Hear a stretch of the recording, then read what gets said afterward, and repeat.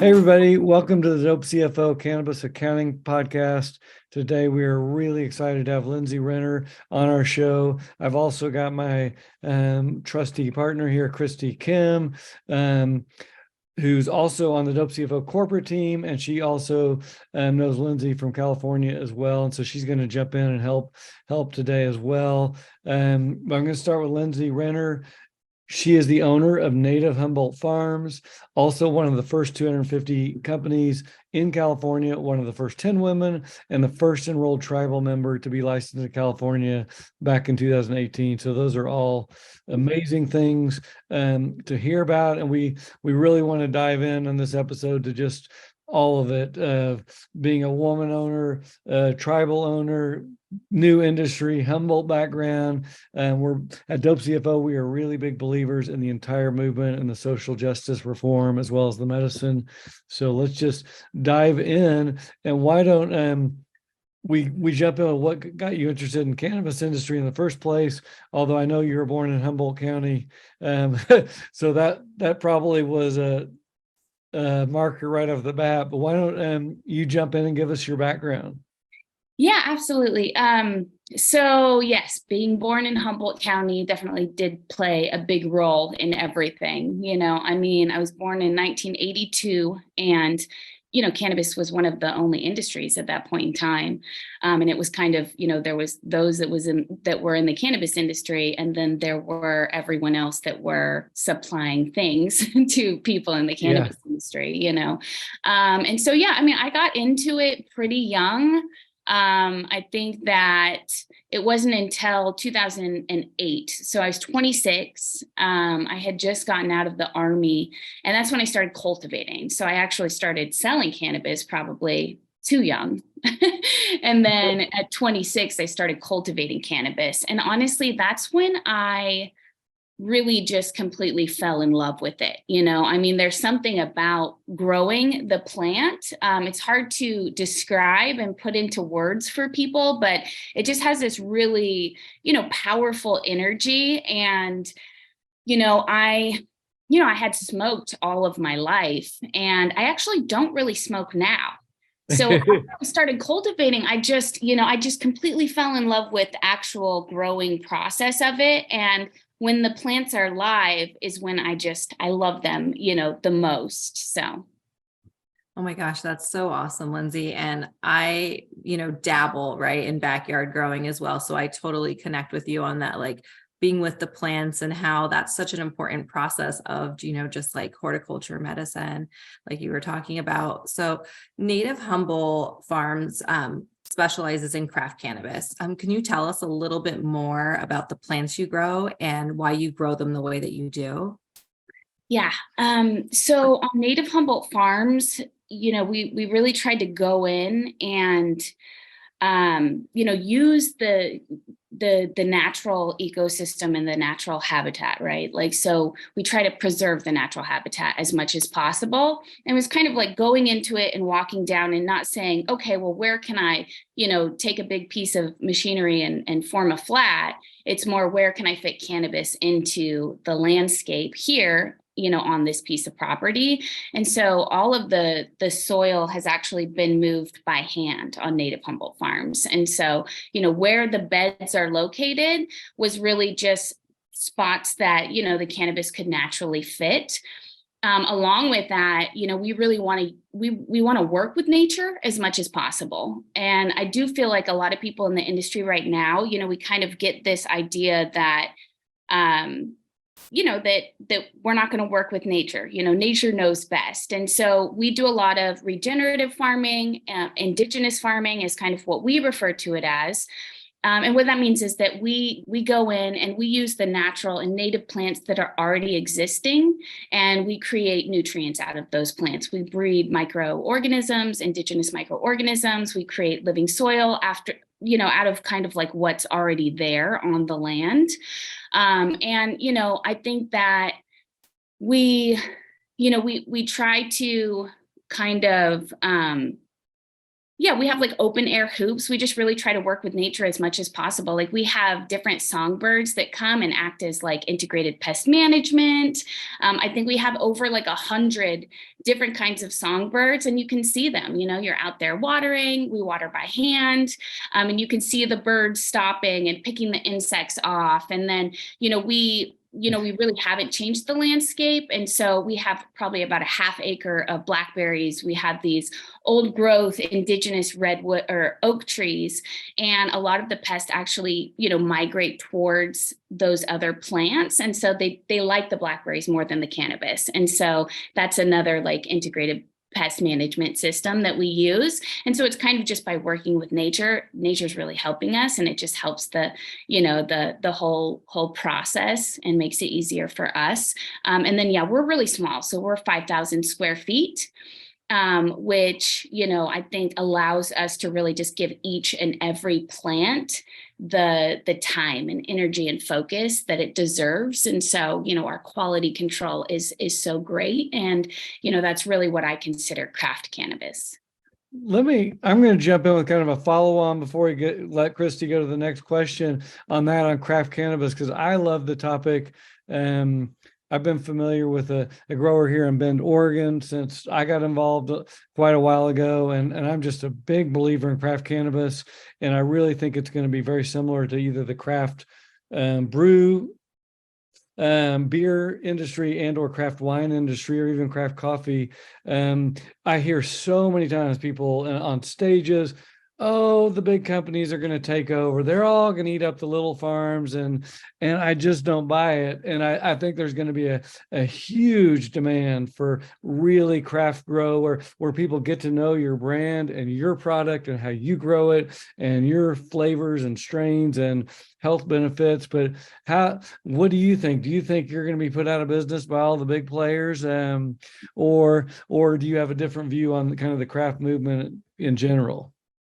Yeah, I mean, I think if smaller players have a chance, it's definitely craft cannabis, right? And I think that consumers are really moving towards kind of purchasing with a purpose, and they want to hear that story behind it. They want to be able to connect with the farmer. But I think cannabis will pretty much go like food did, right? I mean, it was only probably about, 10 to 15 years ago when everyone started, leaning more towards organic, really looking at, what was going into their food, the farmers behind it, was it a big company or a small family run farm shopping at Whole Foods and everything like that. And I think that in 2018, when regulation started, we were so far from that, but there's been so many, craft cannabis farmers, legacy farmers, different companies really supporting, trying to get that education to the consumers. And I think now in year 6, we're finally starting to see a little bit of a shift in that. And then there's also, craft cannabis, I consider growing cannabis in living soil craft cannabis. And there's actually been a lot of studies recently. I think Columbia University did a study comparing, outdoor grown in living soil to indoor, and the cannabinoid profiles are higher. The terpene profiles are higher. They're not even higher. They're more broad. So they're more full spectrum, which just means that the experience that the consumer is going to have once they smoke it is just so much more rich and full. And so, I think it's going to take time, and it's taking time, but we're starting to see a shift now. And I think definitely 5 years, 10 years down the road, people are going to want craft cannabis. Yeah, and Kristi, I'm going to turn it over to you, but the same.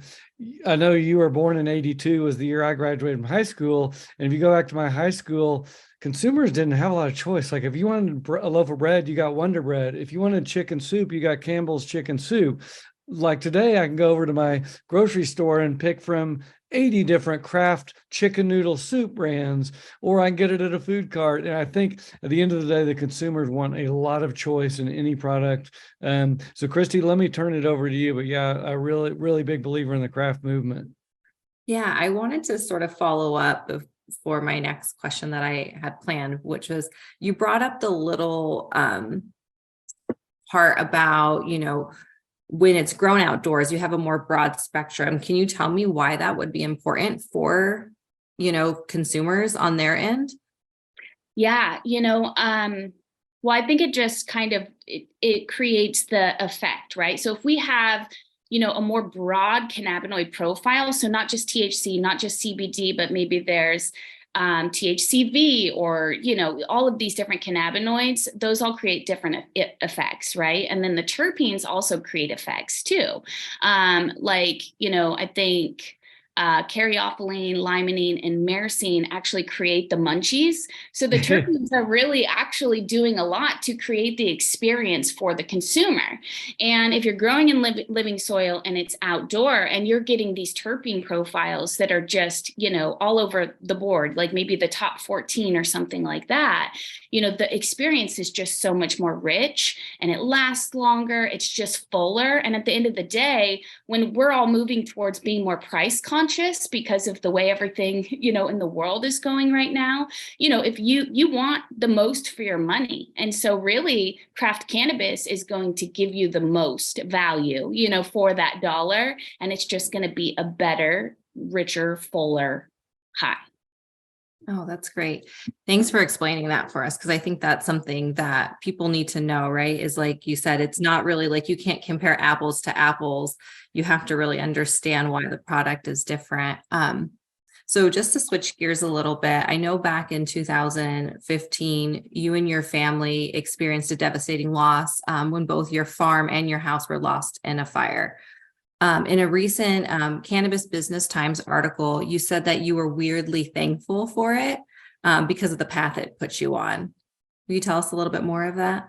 Yeah. So the fire in 2015, so 2008 to 2015, we were out in southern eastern Humboldt, out in the hills, an hour away from town, an hour away from the fire department as well. And that's why, they couldn't get to our home when our neighbor's house actually caught on fire. But so we were just out in the middle of nowhere, growing cannabis, kind of living a little bit of the outlaw, lifestyle, very secluded, very reclusive, really just had all of this freedom. We had a very small grow as well. And it was really just to be able to support ourselves and create, a sustainable lifestyle. And I think that if the fire didn't happen, I would still be, living out there completely away from society in general. And so when the fire happened, it kind of pushed us back into society, and we were completely secluded from society. And, that's the way I wanted to live forever. And the fire really pushed us back in. And that was the year that you had to prove existing with Humboldt County. So basically 2016 is when Humboldt County kind of started to bring in their local ordinance, and you had to prove that you were growing in 2015. And so, we came back into society. We knew things were going to change. We made the decision to license with Humboldt County and to prepare for, regulation in California. But if the fire didn't happen, for one, I would still be so not in touch with society. And, after regulation, everything changed so much. Like, we have to be on social media all the time. We're doing podcasts, we're doing webinars where we really have to be out there.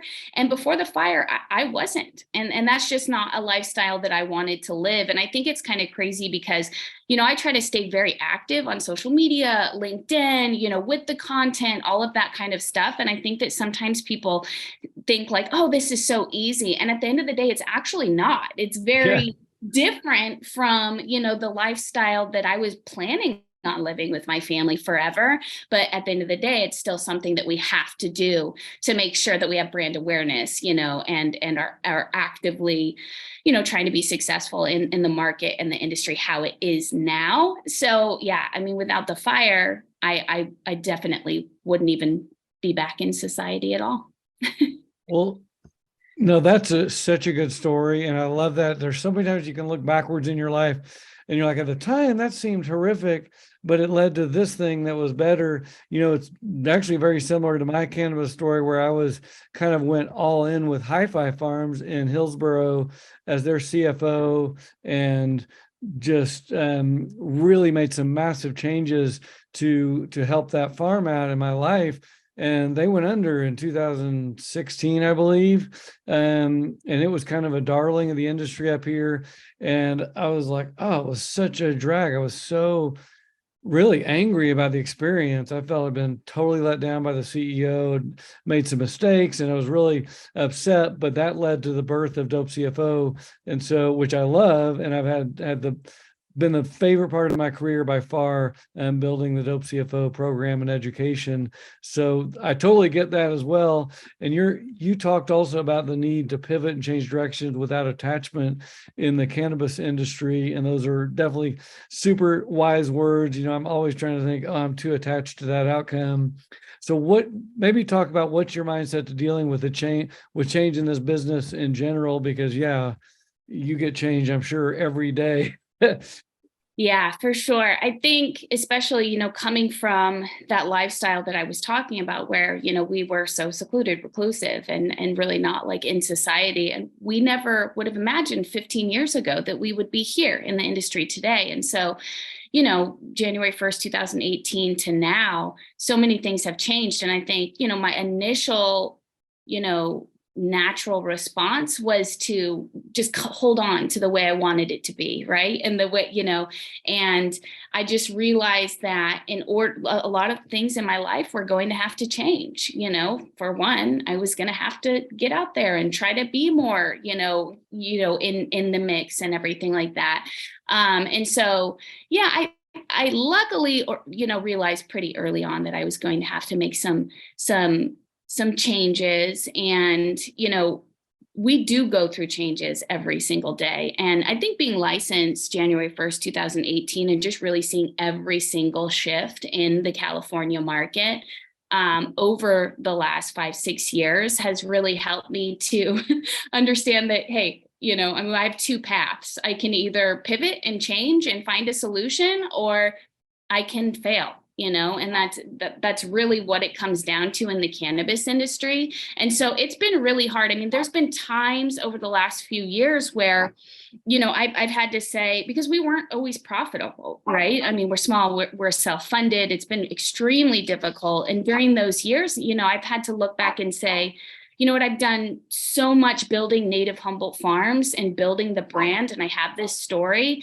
but at the end of the day, if I can actually be profitable, not doing my brand and say white labeling for a different company or something like that, I knew I was going to have to pivot and make that change. And those are very hard decisions to make, but we are where we are now. This is the industry, and we have to kind of roll with the punches. And, I do feel like I have a very positive mindset, and I think that helps in this industry and just in life in general.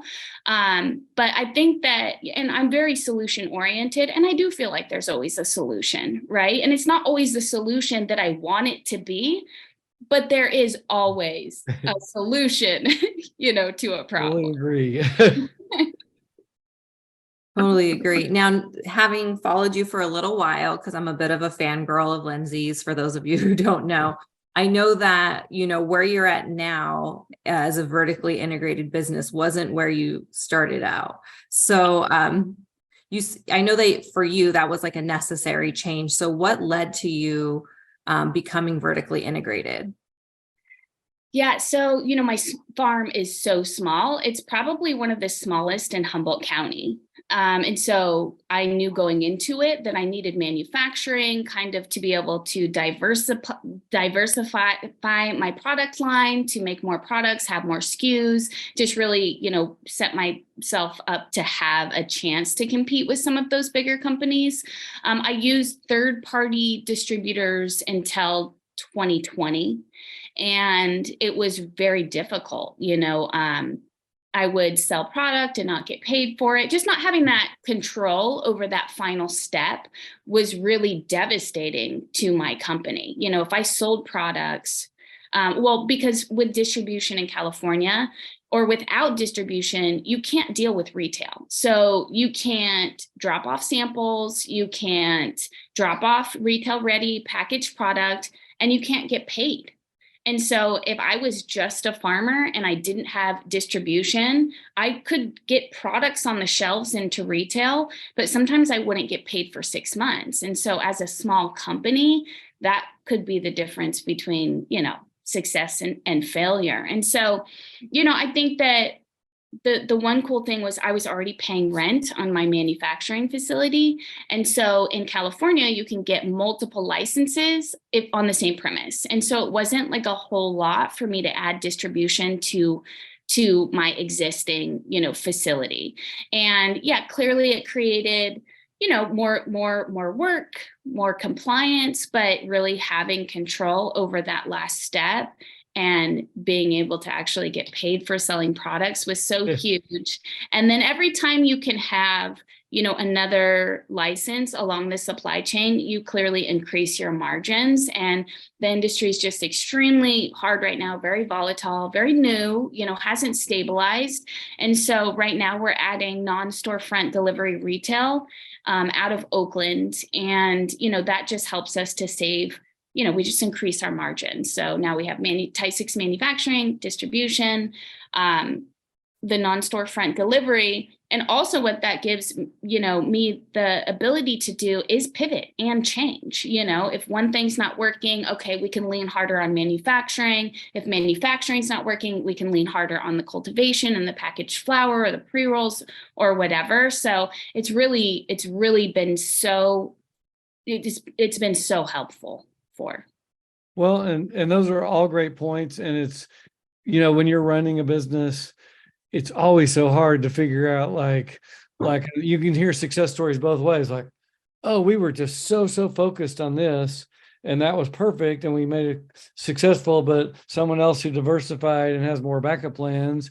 I like that safety. I'm always telling my kids, have a plan B and a plan C, so that if something doesn't work, or you never know where you're going to end up. I do know with some of, even like in high tech world, companies that may have started this way, the final product that we know today, like Facebook or whatever, was massively pivoted from where they started. And so by having all your hands in all those different verticals, you can have a backup plan. But yeah, say your manufacturing product takes off, you might move some more focus over there as well. Now on the flip side, it's also challenging to deal with all those different verticals as well. Do you have any idea or advice or guidance that you can share with other growers that are thinking about doing this or doing this right? Yeah, I mean, I think,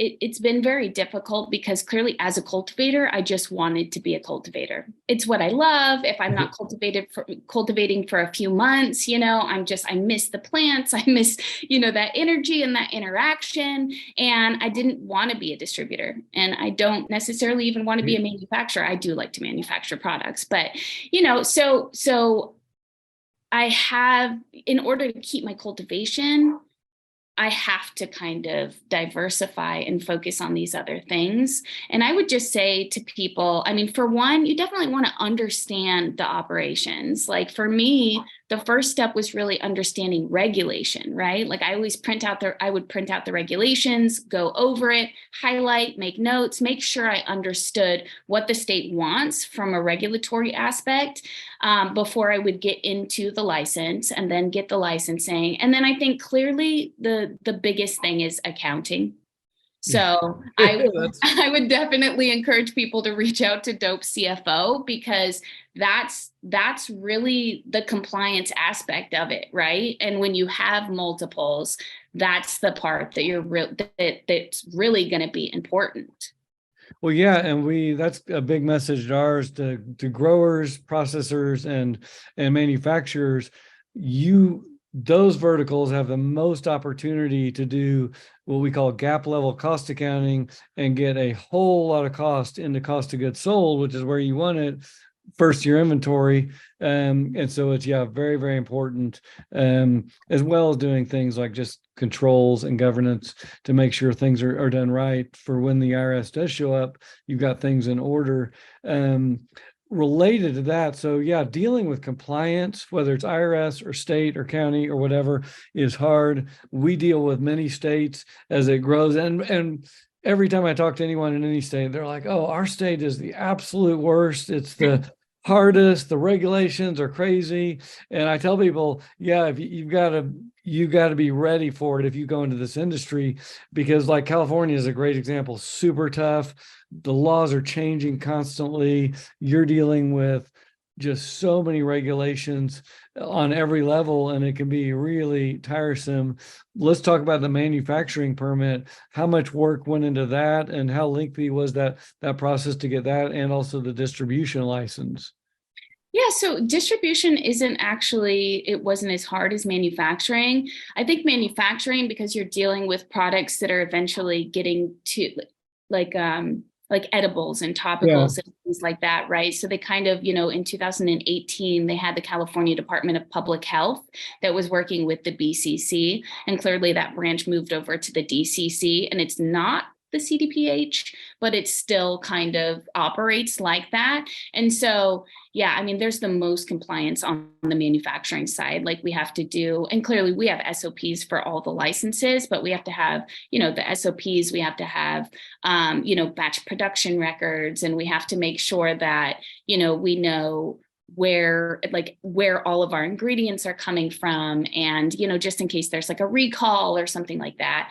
And so yeah, that actually becomes quite a lot of compliance for the manufacturing, but they've been actually great. Like the CDPH kind of manufacturing portion of the DCC, when they came in, they realized, I've never done food production, right? I've never been a food Yeah. manufacturer. And so they came in and kind of looked at what I had and, helped me to kind of create the batch production records and everything like that. And I think that at the end of the day, they want, us to succeed. And especially being a legacy farmer and kind of moving into that, they knew, it was going to be a process for me, but they really walked me through it, and they were super helpful and supportive. So that was great. Well, I think, that is, go ahead, Kristi. can I jump in? I think that's Yeah. a really good point, Lindsey, to make, is that the regulators aren't as scary, right, as a lot of people think. And like being in compliance, it doesn't have to be an overwhelming task. There's people out there that are willing to help if you just like reach out to them instead of just, skirting under the radar or not doing that. Like you said, if you coming from legacy, right, it's really on to their benefit to bring you into the fold. So why not help you get there? Yeah, I think that's huge. And I think especially for legacy operators, it's been difficult for us because for years we really had put this wall up, and it was kind of us against them. And then going into regulation, I think it's even for me, it was a little bit hard to say, okay, no, they're here to help. And once I realized that they were, and I could just reach out and say, you know what, I actually don't know what I'm doing on this. Can I, what is your suggestion, and can you help me? And they were so supportive and helpful. So I think it's so important to get that part of the conversation out to people and say, like, we are all working together for the same thing. And it might not feel like it at points in time, but we really are. And we want this industry to work. They want this industry to work. And so, just really opening those lines of communication on both sides, and letting, everyone know that, yeah, we're in this together. That is really great to hear. Let me jump in talking that. I mean, because we have to deal with so much regulation, as it's nice to hear that people can actually be nice. When I went over to High Five Farms, I found out they didn't actually ever quite finish their license. I was like, well, how are we selling pot? And I got involved with a guy, I can't remember his name, and I actually finished their license for them, and we did back and forth. He was super nice and helpful. I was like, I don't know what I'm doing. I've never filled out a cannabis license before. But people will help if you ask for it. That's kind of this next question: taxes, accounting, regulation, banking issues. How have you all dealt with all that? And from your perspective as a business owner, do you have any words on how cannabis accountants can best serve their clients as well? That might have solved some problems for you?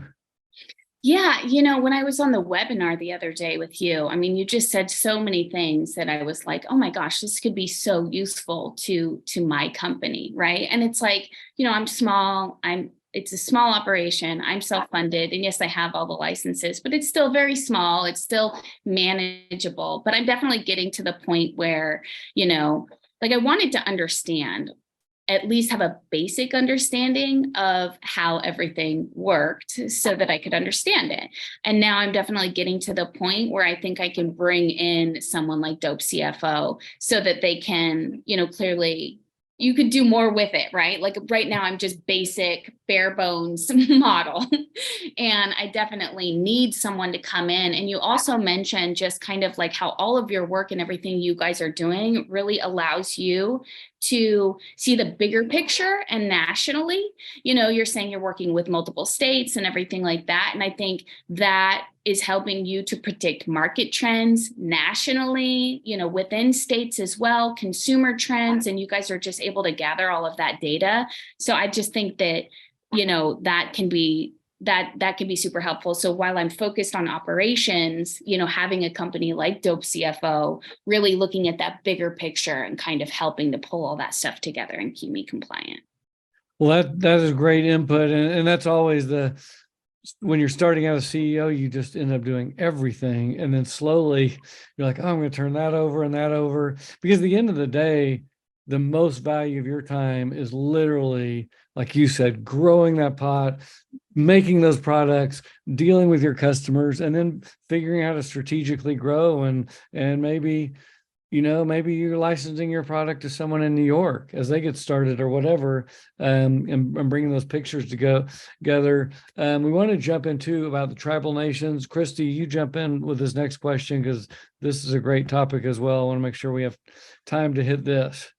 Yeah, Lindsey, I know that you were the first licensed enrolled member of a tribe out here in California. So you're currently consulting with tribal nations to help write local and national ordinances. Will you tell us about that?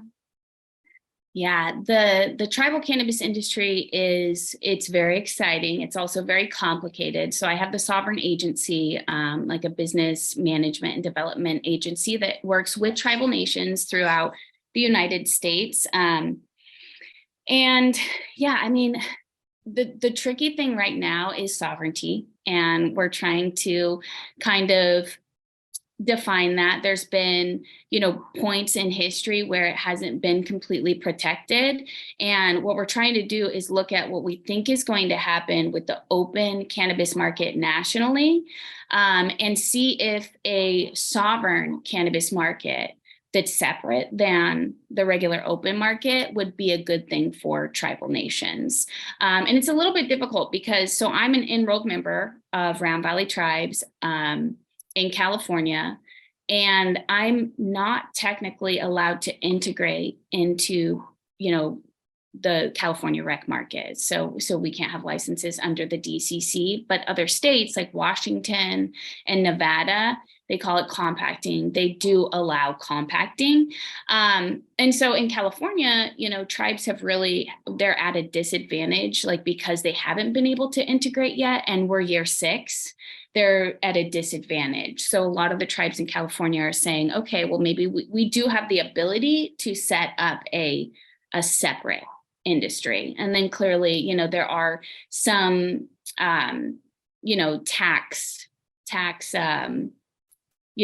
tax things that actually work in their benefit if they do.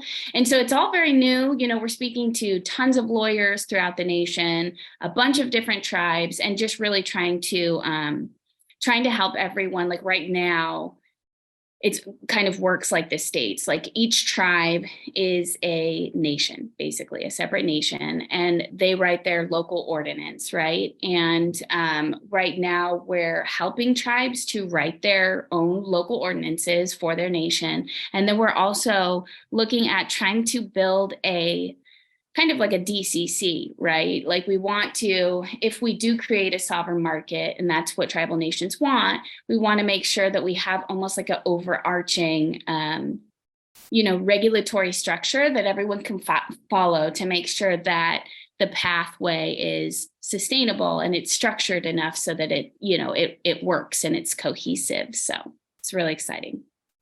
I think that's great. And I think the work is so necessary because, as you said, like it's just very complex, right? Dealing with sovereign nations, because it's not as straightforward as just saying, oh, well, we exist in California and then we get to just follow all of the new California laws. They're just different from tribe to tribe. And then, if you're from a tribe that's not federally recognized, the hill is even steeper, right? Because it starts farther back in that process of first getting the government to know and recognize your existence. So yeah, so thank you for doing that work because it's so important. Beyond that and everything that we've talked about, what are your other plans going forward? What's your vision for the future? Yeah, I mean, I think that in the immediate, I'm really excited about opening the non-storefront delivery in Oakland. And so we're really going to focus on craft cannabis from the Emerald Triangle, from Humboldt County, legacy farmers, really, try to focus on, everything that we've talked about craft cannabis and try to get that information to the consumers down in the city. One thing for me, for my brand, is that, I realized that like literally most of my sales are in Oakland, Hayward, Bay Area, that's where the people are. And that's where people buy cannabis, and so I kind of try to integrate into that, with everyone down there and with the consumer base as much as possible. And it's been very helpful. And so now we want to kind of, take that education to that consumer base and let them know that craft cannabis is an option. If they want to purchase with a purpose, we know all these farmers. And so it's almost like bridging the gap or creating a regenerative supply chain from Humboldt County down to the Bay Area where all the consumers are. And so, yeah, it looks like we're probably opening in June. So hopefully we'll be licensed by June 1st and really get that going. And so I'm just really excited about that. And also non-storefront delivery gives us all these options. Like, we can do events, we can basically sell direct to consumer at events using the ice cream truck model. We can do subscription boxes and, really just, deliver to people's door and just kind of have that extra arm into the market and consumers. And so I'm really excited about that. No, that you just got my brain spinning on so many different topics, but also just thinking in general, like you have such knowledge of regulations and starting a farm, running a business and vertical integration. And so I think just over the next 5 or 10 years, even think you've got different diversification, but even just your knowledge, I think there's going to be a huge value on that. We're really just getting started at the East Coast, which I say is everything east of Colorado, including Texas. There's going to be, and I've heard many times from people in that half of the country, like, oh yeah, how hard can it be to grow pot or whatever? We just so they don't realize the years and decades of knowledge that go into that. And I think there's going to be huge demand for people like you that maybe you're still running your company, but you're licensing or somehow sharing that knowledge as you go across. And also I like your delivery knowledge. So for example, in Oregon, I have a local farm and grower. I have a tincture that I like that's very mild. It's mostly CBD and a little bit of THC. And every time I have to buy a new bottle, I have to go look at the 20 dispensaries, like, where can I get it? It's not of these 5. And it's like, that would be so nice if someone could just deliver it to my door when I want, and instead of me having to go check on 10 dispensaries to see who's got it in stock or whatever. Well, this has been an amazing podcast. We've covered a ton of different areas. I'm super excited to get this one out. Is there anything else or final words of advice or wisdom you want to share? And thank you so much for coming on as well. No, just thank you so much for having me. Yeah, so happy to jump on here and talk with all of you guys. And yeah, I just really appreciate it.